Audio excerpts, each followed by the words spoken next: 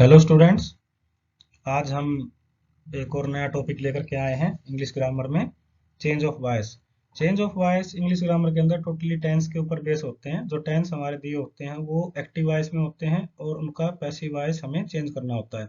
Exam में change of voice आता है जिसमें हमने एक्टिव वॉइस को पैसिव वॉइस में चेंज करना है। इस प्रेजेंटेशन के अंदर आपको प्रेजेंट टेंस के तीन part, present indefinite, present continuous, present perfect tense, इन तीनों के ही वॉइस चेंज कैसे करते हैं और कैसे उसको एग्जाम में सोल्व करते हैं, ये सारी चीजें बताई गई हैं। सो वीडियो को एंड तक देखना। एक बार ये वीडियो देखने के बाद में आपको चेंज ऑफ वॉइस के अंदर कोई भी प्रॉब्लम नहीं होगी। चलिए स्टार्ट करते हैं आज का video, change of voice for present tense. So before voice change we should understand the pronouns. Pronouns का बड़ा इंपॉर्टेंट रोल है वॉइस चेंज के अंदर और टेंसेस के अंदर। सो इसके अंदर मेनली पर्सनल प्रोनाउंस यूज होते हैं। पर्सनल प्रोनाउन तीन तरह के होते हैं। There are three types of personal pronoun. First person that is speaker, second person is that is listener, and third person is talking about, मतलब जिसके बारे में बात की जाए। अब यहाँ से बात कर लेते हैं first person, second person, third person की। ये सिंगुलर है। सिंगुलर के अंदर मेल और फीमेल के लिए फर्स्ट पर्सन में आई यूज होता है और इसका ऑब्जेक्ट होता है me. Second person subject is you and its object is also you. Third person के अंदर मेल के लिए यूज होता है ही, मेल के यूज होता है ही और इसका जो ऑब्जेक्ट होता है वो होता है हिम। फीमेल के लिए सी और इसका ऑब्जेक्ट होता है हर। न्यूट्रल जेंडर के लिए इट और इट्स का ऑब्जेक्ट भी इट ही रहता है।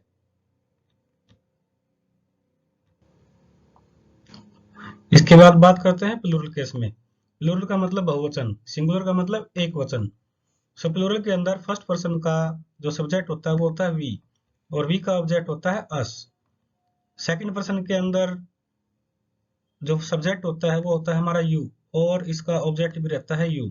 थर्ड पर्सन के अंदर मेल फीमेल का जो बहुवचन है वो होता है दे और इसका जो ऑब्जेक्ट होता है वो होता है देम।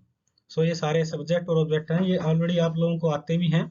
सो इनको एक बार आप रिवाइज कर लेना क्योंकि इसके बाद बहुत इनका इंपॉर्टेंट रोल है जो कि आपको एक्सरसाइज में हेल्प करेगा। चलिए अब स्टार्ट कर देते हैं voices.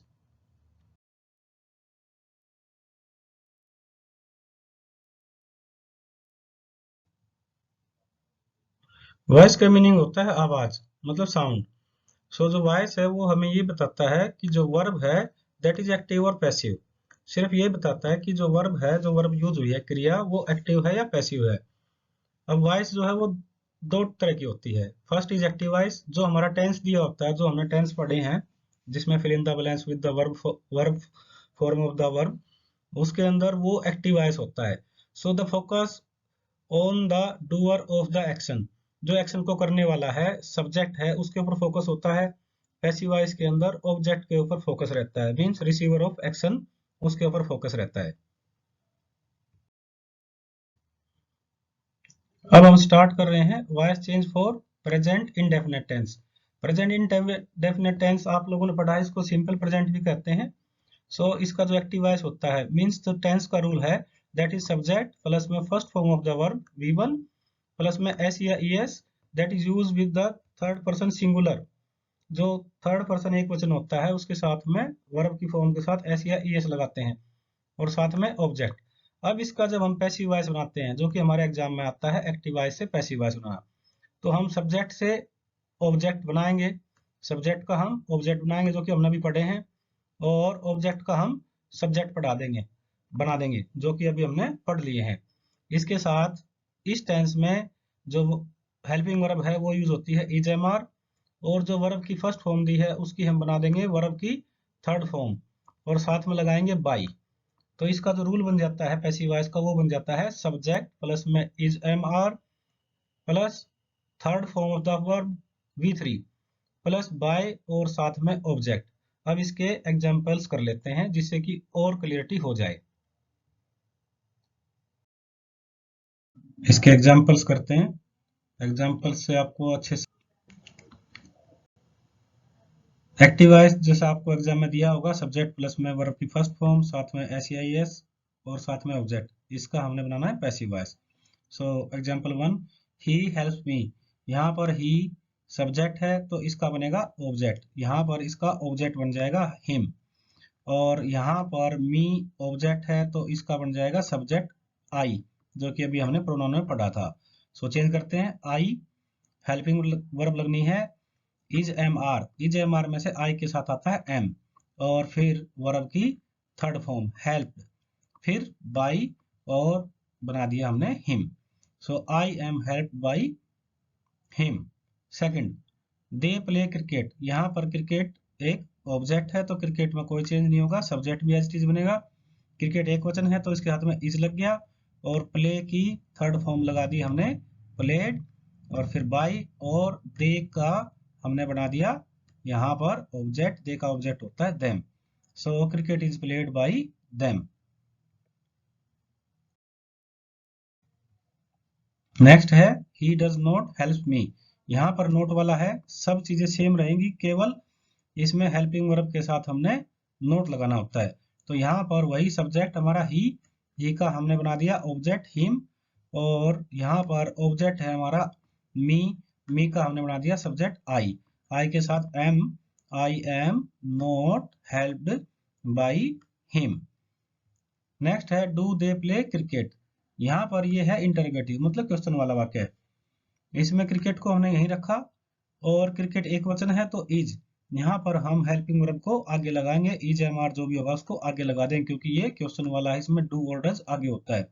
So is cricket verb की थर्ड फॉर्म प्लेड, प्ले का बन गया हमारा प्लेड बाई देम, तो सेम आ गया हमारा, यहाँ पर हमने बना दिया दे का देम। आगे है इंटरोगेटिव नेगेटिव, मतलब इंटरोगेटिव भी है और नेगेटिव भी है, तो इसके लिए हमने जो डज था इसकी जगह पर हमने इज एम आर को चेंज करना है। यहाँ पर है सॉन्ग्स, मतलब बहुवचन है तो बहुवचन के साथ में इज एम आर में से आर आएगा, ठीक है। तो यहाँ पर हमने सॉन्ग्स को ऑब्जेक्ट को सब्जेक्ट बना दिया, बहुवचन है तो साथ में आर लगा दिया, नोट लगेगा सब्जेक्ट के बाद, सिंग की थर्ड फॉर्म संग बाई, और ही का बन गया हमारा हिम, सो बन गया are songs not sung by him. इसके बाद जो हमारा नेक्स्ट है वो है present continuous tense. Present continuous के अंदर आपको पता है कि सब्जेक्ट के साथ में हमारा इजेमआर प्लस में वर्ब की फर्स्ट फॉर्म और साथ में आईएनजी लगता है, फिर लगता है हमारा ऑब्जेक्ट, ये हमारा टेंस का रूल होता है। इसका जो पैसिव वॉइस वो बनता है ऑब्जेक्ट को सब्जेक्ट बनाएंगे, सब्जेक्ट को ऑब्जेक्ट बनाएंगे, वही तरीका जो पहले किया था। वर्ब की फॉर्म इसमें वही V3 जो मेन रोल रहता है पैसिव वॉइस के अंदर, की हमेशा पैसिव वॉइस में वर्ब की थर्ड फॉर्म होती है और साथ में बाई का प्रयोग होता है। अब जो इसके अंदर चेंज है, चेंज क्या है इसके अंदर, इजेमआर का इजेमआर रहेगा, इसमें कोई बदलाव नहीं होगा। यहाँ पर जो आईएनजी है इसका बन जाएगा बीइंग। सो इसका जो पैसिव वॉइस बन गया वो बन गया सब्जेक्ट प्लस में इजेमआर साथ में बीइंग, वर्ब की थर्ड फॉर्म बाय और ऑब्जेक्ट। इसके एग्जांपल्स देखते हैं। चलिए इसके एग्जांपल्स कर लेते हैं। जैसा हमने पढ़ा है कि सब्जेक्ट के साथ में इजेमआर लगेगा, फिर आईएनजी का बीइंग बन जाएगा, फिर वर्ब की थर्ड फॉर्म बाई और फिर ऑब्जेक्ट। यहाँ पर they are making a noise, they are making a noise, यहाँ पर ए नॉइस हमारा ऑब्जेक्ट है तो इसका हमने बना दिया सब्जेक्ट, यहाँ पर ए नॉइस। ए नॉइस सिंगुलर है तो इज लगाएंगे, यहाँ दे के साथ आर था क्योंकि दे जो है बहुवचन में है तो आर था, लेकिन अब यहाँ पर ये जो ऑब्जेक्ट है इसका सब्जेक्ट बना तो इज लग गया, और इज आईएनजी का बन गया हमारा बीइंग, और मेक है, मेक की हमारी यहाँ पर थर्ड फॉर्म आ गई मेड बाई देम, दे का बन गया देम। नेक्स्ट में इसी तरीके से you are not doing homework, homework singular है, यू प्लूरल था तो इसके साथ आ गया इज, और इज के साथ में नोट, जो नोट है वो हमेशा हेल्पिंग वर्ब के साथ लगता है, इज नोट, और आईएनजी का बन गया बीइंग, डू का थर्ड फॉर्म, यहाँ पर डू को अलग कर दिया और आईएनजी को अलग कर दिया, आईएनजी का बीइंग, और डू का बन गया हमारा डन, बाई और यू का यू रहा। इसी तरीके से जो हमारा नेक्स्ट है, नेक्स्ट के अंदर इज ही टीचिंग मी, तो इज ही टीचिंग मी, ही के साथ में इज लगा हुआ है, लेकिन यहाँ पर जो हमारा ऑब्जेक्ट है आई का हमने यहाँ पर सब्जेक्ट बनाया तो आई के साथ लगेगा एम। सो एम को पहले आए क्योंकि क्वेश्चन वाला वाक्य है तो क्वेश्चन वाला ही रहेगा, am I being taught by him. why are you telling lies. अब WH के लिए जो वर्ड होता है वो एज इट इज रहता है, उसके बाद का जो होता है उसको चेंज कर दो आप, जैसे अभी सिंपल में करते आ रहे थे, और फिर वो वैसे ही रहेगा। सो वाई के साथ में आर लाइज, लाइज जो है बहुवचन है, why are lies being, tell का बन गया टोल्ड बाय यू। इसके बाद जो नेक्स्ट है वो है हमारा present perfect tense. Present perfect के अंदर एक्टिव वॉइस का जो रूल होता है वो होता है हमारा सब्जेक्ट, साथ में हैज हैव, साथ में वर्ब की थर्ड फॉर्म और ऑब्जेक्ट। इसके अंदर एक आपको बेनिफिट है कि वर्ब की थर्ड फॉर्म पहले से ही होती है और आगे भी आपको वर्ब की थर्ड फॉर्म ही चाहिए होती है। तरीका वही, सब्जेक्ट को ऑब्जेक्ट बनाएंगे और ऑब्जेक्ट को सब्जेक्ट बनाएंगे। तो यहाँ से हमने ये देखना कि चेंज क्या होता है। चेंज केवल और केवल होता है कि यहाँ हैज और हैव है, इसके साथ में सिर्फ बीन लगाना है, बाकी सब चीजें सेम रहेंगी, बाय प्लस में ऑब्जेक्ट। इसके एग्जांपल्स करते हैं।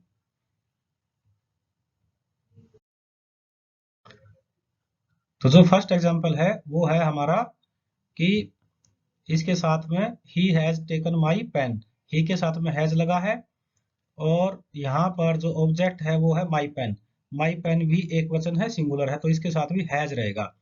सो हैज और हैव के अंदर जो चेंज है वो ये होता है कि थर्ड पर्सन सिंगुलर के साथ में हैज लगता है और बाकी सभी के साथ में हैव लगता है। सो माई पेन इज सिंगुलर और थर्ड पर्सन, इसके साथ में हैज लगा, हैज के साथ में बीन और थर्ड फॉर्म ऑलरेडी दी हुई है टेकन, और बाई साथ में ही का बन गया हिम। नेक्स्ट है you have not eaten the food, you के साथ हैव लगेगा क्योंकि ये थर्ड पर्सन एक वचन नहीं है, थर्ड पर्सन सिंगुलर नहीं है। लेकिन यहाँ पर जो द फूड है जब हम चेंज करेंगे, ये ऑब्जेक्ट है, इसको जब हम सब्जेक्ट बनाते हैं तो ये थर्ड पर्सन एक वचन आ गया, तो जहां पर हैव था वहां पर आ गया अब हैज, और इसका जो पैसिव वॉइस बन गया वो हो गया हैज नॉट और साथ में बीन। नोट जो है वो हैज और बीन के बीच में लगेगा, हैज नॉट बीन, और third form eaten by you. Next है हैज गीता संग द सॉन्ग्स, यहाँ पर गीता एक वचन है, सिंगुलर है, थर्ड पर्सन है, तो इसके लिए हैज लगा। लेकिन जो ये ऑब्जेक्ट है ये सॉन्ग्स है, जब इसको हम सब्जेक्ट बनाते हैं यहाँ पर तो ये प्लूरल हो गया, बहुवचन हो गया, बहुवचन के साथ में हैव लगेगा, हैव द सॉन्ग्स और फिर बीन संग बाई गीता। नेक्स्ट है बहुत इंपॉर्टेंट है ये भी, who has broken the window of your classroom. अब यहाँ पर हु जो है, हु का बनता है बाय हुम, ये आपको ध्यान रखना है, WH के अंदर एक जो वर्ड है इसका चेंज होता है, बाय हुम। सो बाय हुम और बाकी चीजें सेम वैसी रहती हैं। तो यहाँ पर जो हमारा ऑब्जेक्ट है वो है the window of your classroom, the window of your classroom. So by whom has, क्योंकि विंडो ऑफ योर क्लासरूम एक वचन है, has the window of your classroom been, क्योंकि हमने पहले पढ़ा था कि जो क्वेश्चन वाला सेंटेंस होता है हमारा, उसमें जो सब्जेक्ट आता है सब्जेक्ट से पहले हैज लगता है और बाद में बीन लगता है। तो यहाँ पर by whom has the window of your classroom been broken. ये सारे जो हमने अभी किए हैं इसके अंदर आपके 3 टेंस क्लियर हो गए हैं, इसमें 3 टेंस क्लियर हो गए हैं आपके तीनों प्रेजेंट के, present simple present, present indefinite एक ही चीज होती है, उसके बाद प्रेजेंट कंटिन्यूअस, उसके बाद प्रेजेंट परफेक्ट टेंस।